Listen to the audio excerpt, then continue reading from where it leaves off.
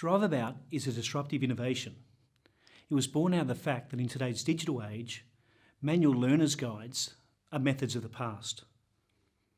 Learning content can be evolved to ensure that it's culturally and linguistically diverse and meets the needs of the youth of today. And magic happens when someone can learn in their learning language. At Ambrose, we believe that road users need to understand the road rules rather than English to be safe drivers.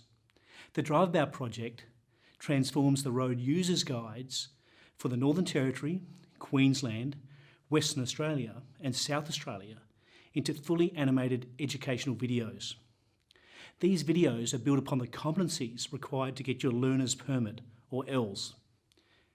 Basically, we analysed and dissected the road users guide and developed the logical framework to deliver the educational content.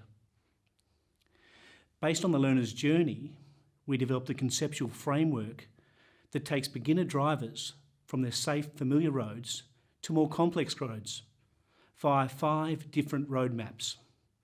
These are you're the driver, local area, highway, suburb or town, and city. We then use these 5 sections to create vinyl printed mats that can be rolled out on the ground, and with toy cars, we can demonstrate the different types of roads, relevant features and street signs. Next, we travelled to Western Australia, South Australia and Queensland and worked with the government's remote driver trainers. We did this to harmonise the content between the states and the Northern Territory. Once the content was signed off, we filmed our project champion, Shellie Morris, and a Transport Department trainer demonstrating each road rule on the mats in line with the I do, we do, you do principle of teaching. These demonstration videos form the cornerstone of the digitally enhanced DriveAbout Trainer's Guide. This guide will enable Aboriginal people in remote CDP areas to become trainers in their own communities.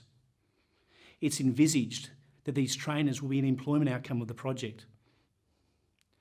It is also the vision of the project that the trainers, equipped with digitally enhanced trainers' guides, can use the 5 mats and toy cars to run a 20-hour course teaching participants everything they need to know to pass their ELS. This will count as an employment-based activity for the participants.